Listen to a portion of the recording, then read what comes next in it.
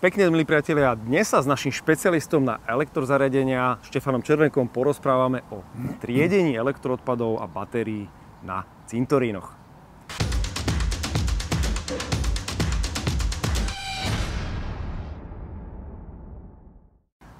Servus Štefan.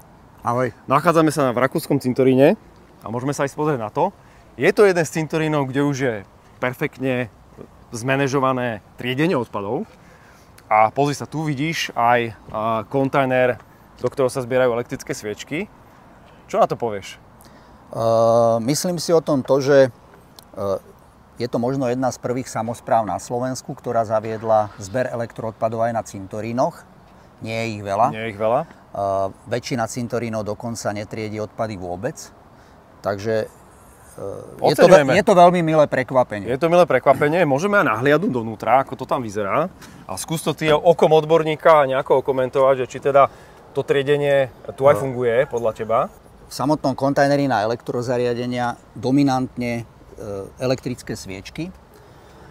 To znamená, že v tomto kontajneri vidíme hlavne elektrické sviečky, sú tu baterky. Čiže tu by som ešte možno spravil jednu úpravu alebo jedno doplnenie, že by mal byť samostatný kontajner aj na baterky. Dá sa to síce roztriediť, ale už je to potom práca naviac. A ako vždy a ako v každom kontajneri sú tu aj veci, alebo sú tu odpady, ktoré by tu byť nemali. Vidím tu nejaké plastové, papierové odpady, takže toto by tam byť určite nemalo. Ale v zásade vyzerá, že ale to tu... v zásade to nie je zlé, už som videl aj oveľa horšie vytriedené. Takže je to fajn. Ako si spomínal, ale cintorínov, kde je zabezpečené takéto triedenie, naozaj nie je veľa. Sú to skôr také prvé lastovičky. Takže čo by si odporúčal verejnosti, ktorá podľa toho, čo zatiaľ vnímame z praxe, tak má práve s elektroodpadmi nemalé problémy. Áno. Veľakrát končia tam, kde nemajú. Takže skús dať svoje odporúčanie, keď niekto už mu doslúži tá elektrická sviečka alebo iné takéto podobné zariadenie, sú aj rôzne vázy elektrické na tých cintorínoch, že kam s tým použitým alebo poškodeným alebo už nefunkčným zariadením teda ísť? Ja by som aj požiadal teda ľudí, aby keď sú aj na tom cintoríne a nie je tam zrovna kontajner na elektroodpad, tak myslím si, že keď tam priniesli novú sviečku elektrickú, tak nemal by byť pre nich problém tú starú si zobrať domov a prípadne už potom buď po ceste, pokiaľ majú zberný dvor, alebo je predajňa na predaj nových sviečok alebo nových zariadení, alebo predajňa elektro, alebo je možno na ulici nejaký kontajner na elektrozariadenia, tak možno, aby si s tým dali trošku práce naviac a doniesli to na tieto miesta a nevhadzovali to do kontajnerov na zmesový komunálny odpad.